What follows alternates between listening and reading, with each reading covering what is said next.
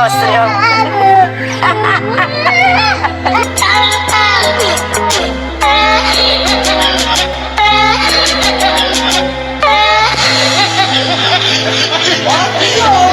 say as ya chuchu good bi ni ade obefie na mo na right now akolan baby e wodru no bia timi ni nya gidi bi say mo beba se wodi abofrey mo ase mo keleke kra chen ono aga sade de maame oh yeah.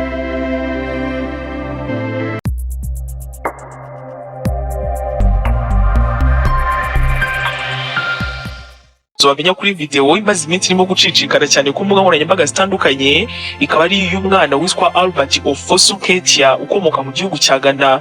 Akaba afite imyaka 7 kandi yitwa Albert Ofosu Ketia, akaba akomoka mu gihugu cya Ghana.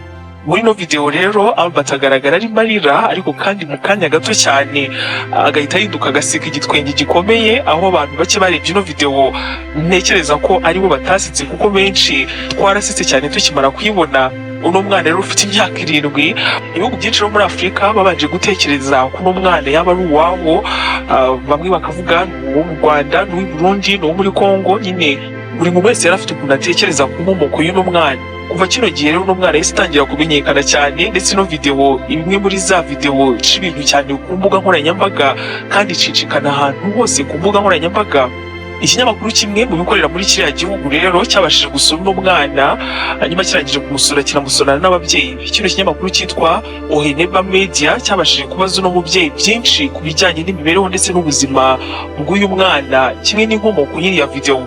Muri kino kiganiro mu gace ka Kumasi mu gihugu cya Ghana, aho nyina w'uyu muhungu mutoya cyane atuye, uno mubyeyi witwa Rosina yasobanuye impamvu ino video yacicikanye abantu bose tukayibona. Kubwe uno mubyeyi yavuze ko atatekerezaga na gato yuko ino video nk'iyi yacicikana kandi igasetsa abantu benshi ku isi, nyine bikanarangira umwana wabaye icyamamare. Uno mwana mu buzima busanzwe ahora yisekera, kandi ibikorwa byinshi akunze gukora ni ibintu bikunze gusetsa abantu benshi cyane. Kuri ino video rero uno mwana atangira arimo kurira kubera yuko yashakaga ifunguro ry'amateke, ariko kandi nyina akaba yaramuzaniye irindi funguro ritari amateke. Uno mwana ngo akunda amateke mu buzima busanzwe, ni nayo akunda kurya. Nyina arakimara kumuzanira ibindi biryo yahise atangira kurira, nuko nyirakuru wari uri aho unakundana cyane n'uyu mwuzukuru we ahita atangira kumuririmbira indirimbo isekeje, ari nabyo rero bihita bisetsa uno mwana agaseka cyane gutya agatembagara. Nyina witwa Rosina ati iriya video rwose imaze igihe, imaze amezi menshi muri telefone, arimo kubisobanura ati ubanza byari mu kwa gatandatu, maze Ketia avuga yuko ashaka kurya amateke. Icyo gihe nari ndimo ndoza ibyombo kandi nta mateke nari mfite mu rugo, gusa umwana ntiyari kumbwira yuko ashonje ngo mureke gutyo gusa. Naramubwiye nti nta mateke ahari, reka mutegurire ibyo kurya ibindi nyine bitari amateke. Nahise ntangira gutegura ibindi biryo, ariko ntabwo nari natekereje yuko hari yanyumvise. Bimaze gushya rero nibwo nayimuzaniye, akibikubita amaso abona ntabwo ari amateke, ako kanya ahita atangira kurira. Yari amaze kurira nk'iminota myinshi, ariko nanone atari myinshi cyane. Nyirakuru aramwumva kandi ni umuntu bakundana cyane, baranahorana kenshi.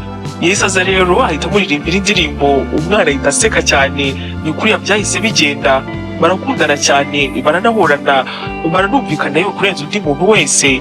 Nyirakuru niwe wamusekeje kuriya. Wahita wibaza ngo ni gute ino video yarimo ifatwa, kandi bino byose bikaba byarabashije kujya hanze natwe ino video tukayibona.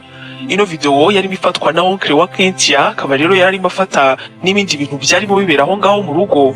Gusa ubwo umwana yatangiraga kurira arimo kubona ibiryo bitari amateke nyina bimuzaniye, uyu mu uncle we yarakomeje amufata ino video kugeza ubwo umwana yasekaga. Nyuma rero mu oncle yaje kugurisha ino telefone ku muturanyi, maze bimwe mu bintu byari bikiri muri ino telefone uwo muturanyi nabyo arabibona. Uno muturanyi yaje gukata kano ka video, arangije ngo akohereza inshuti ye, iyo nshuti ye nayo ikoherereza indi nshuti ye, iyo nayo ikoherereza iyindi, karakomeza karasakara kugeza nyine kabashije kutugeraho twese, kamaze kugera muri telefone zacu twese biciye ku mbuga nkoranyambaga zose uwaba warakabonyeho. Ino video yasekeje abantu benshi rero ubwo yajyaga hanze bwa mbere, ntabwo umuryango we wabikunze, kuko nyina w'uno mwana Rosina nk'uko abitangaza hano yaravuze ati ntabwo iriya video yari igamije kuva muri telefone ngo isetse abantu, kuko nyuma yo gushyirwa ahagaragara n'inshuti arizo z'abaturanyi bacu ntabwo rwose twabifashe neza na gato. Hanabuze gatoya rwose mu nitabaza inkiko, nyina w'uno mwana Rosina akomeza agira ati ariko umunsi wa mbere nabonye iriya video nabuze icyo gukora, kandi iyo nza kuvumbura umuntu numvaga nshaka kumenya rwose neza impamvu yabyo, numvaga tutari buze kuvugana neza, byari byanyobeye nari nabuze icyo gukora. Ntabwo nari nabikunze kubona umwana wanjye ari ku karubanda arimo ararira, ariko kandi nanone nyuma naje kwitegereza iriya video nsanga nanone ntabwo ari ibintu bibi cyane. Nari ndi hafi rwose kubwira abapolisi kuko natekerezaga yuko ari amashusho yafashwe agamije kunsebereza umwana. Nyuma nibwo uno mubyeyi rero yaje kumenya yuko uncle we ari we wafashe ariya mashusho, nyuma nyine akaza kugurisha telefone, umuturanyi akabisangamo bikamusetsa, akabiha inshuti ze gutyo gutyo kugeza bisakaye ahantu hose. Nyina wa Albert yavuze ko uno mwana we afite ibintu byinshi cyane bimutandukanya n'abandi bana benshi, kandi kuri we akaba ari umwana wihariye cyane. Kimwe muri ibyo harimo ko uno mwana we yavutse ku mezi 7 ahita ashyirwa mu byuma nyuma akiri uruhinja. We umwana witonda cyane ndetse ngo ntabwo yajyaga arira, gusa nanone yaje kugenda afite imyaka 3 ubuzima bwe bwagiye buba ubuzima butari bwiza na gato. Mu buzima bwe n'umwana bigaragara yuko afite ibibazo, ariko kandi nanone bidakomeye.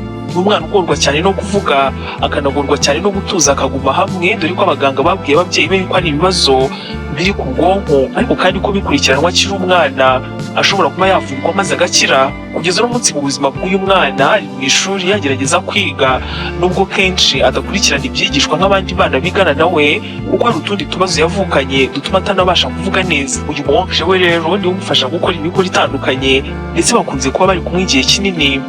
Bano babyeyi nyuma yo kwamamara k'umwana wabo, nyine yabajijwe uko yabyakiriye, maze Rosina ati urumva nabikubwiye kuri ya video ubwo yagaragaraga rwose bitari byanshimishije na busa, ariko nyuma naje kwitegereza nsanga ku rundi ruhande nta kintu itwaye, kandi umwana wacu arimo aragenda abona urukundo hirya no hino.